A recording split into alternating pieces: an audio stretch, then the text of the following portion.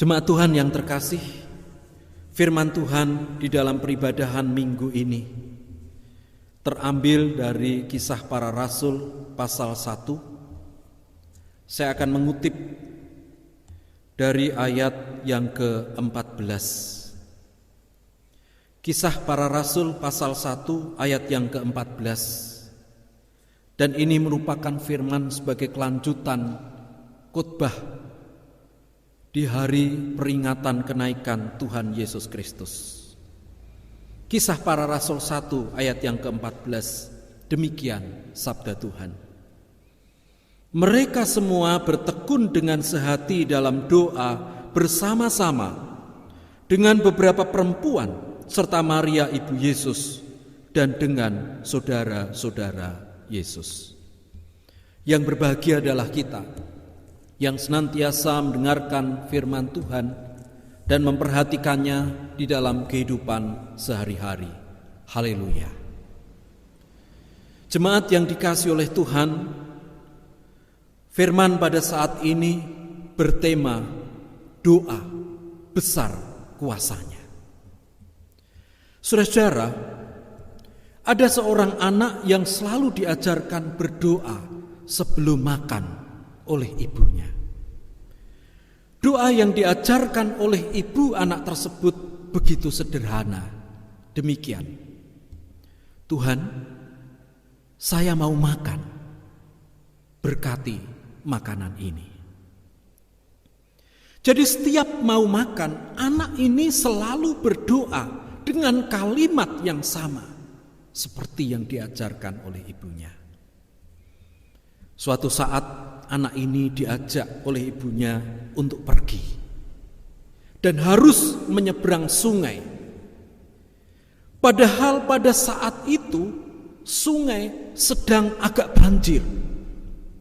Kalau orang dewasa tentu tetap bisa menyeberang.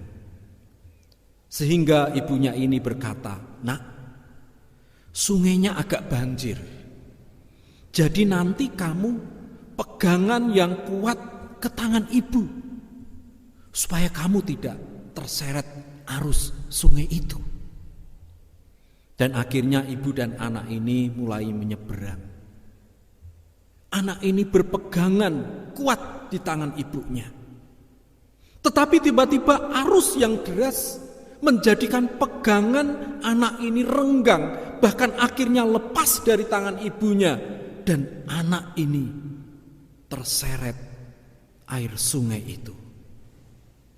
Ibu dari anak ini berteriak-teriak minta tolong, tetapi arus sungai itu tetap menyeret anak itu. Dan di tengah arus sungai itu, anak tersebut teringat doa yang diajarkan ibunya ketika dia akan makan. Lalu dia berdoa, "Tuhan, saya mau makan, berkati makanan ini." Dan tiba-tiba anak itu mendapatkan pertolongan, yakni tersangkut di sebuah batang pohon. Dan batang pohon itu bisa menepi dari aliran sungai yang deras itu.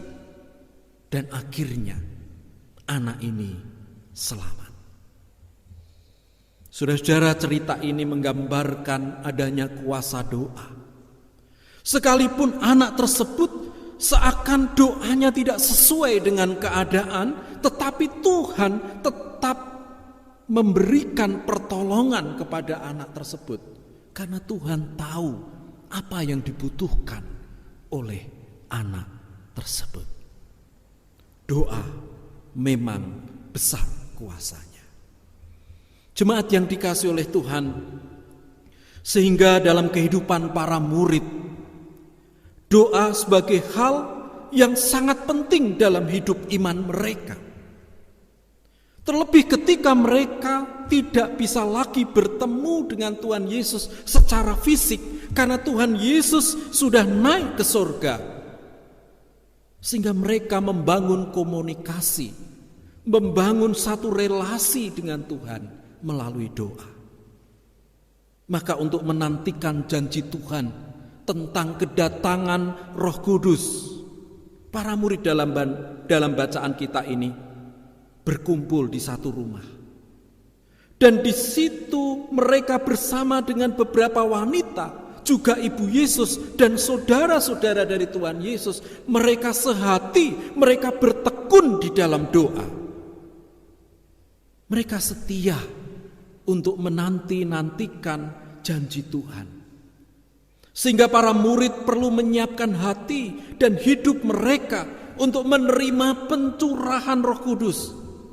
Terlebih mereka juga masih dalam satu keadaan yang terancam.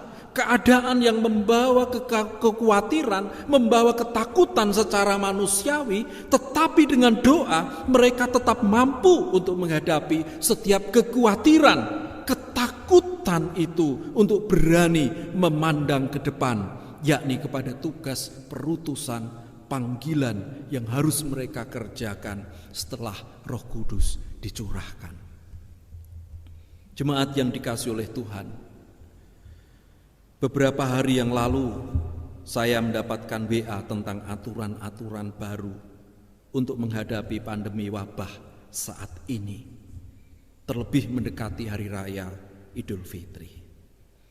Tiap desa dengan adanya kesepakatan bersama semakin ketat, belum boleh untuk berkumpul atau bahkan saling silaturahmi antar keluarga. Termasuk mudik pun itu masih menjadi larangan. Tiap keluarga diharapkan masih tetap di rumah untuk berkumpul bersama dengan keluarganya masing-masing, merayakan hari raya di rumah sendiri-sendiri. Lalu bagaimana dengan kita orang percaya di tengah kondisi yang terjadi saat ini? Tentunya harus kita kembalikan lagi kepada rencana Tuhan, di mana situasi dan kondisi saat ini harus mendorong kita untuk bisa tetap sehati, tekun di dalam doa bersama dengan keluarga kita. Inilah waktunya kita orang percaya dengan sabar terus menanti-nantikan janji Tuhan tentang pemulihan keadaan yang terjadi pada saat ini. Saudara-saudara, kita orang percaya bahwa doa itu adalah sebagai satu sarana yang dipakai oleh Tuhan supaya kita selaku anak-anaknya bisa berseru kepada Tuhan, bisa mohon pertolongan Tuhan, mohon janji-janji Tuhan dinyatakan di dalam kehidupan kita. Oleh karena itu, mari dengan tekun kita terus berdoa dan berdoa kepada Tuhan, karena doa sangat besar kuasanya. Selain dengan doa, Tuhan memberikan kekuatan dan kemampuan kepada kita untuk terus melanjutkan kehidupan kita. Juga dengan doa, maka mukjizat Tuhan akan terjadi, pertolongan Tuhan akan kita rasakan dan kita alami dalam kehidupan. Selamat bertekun di dalam doa. Amin.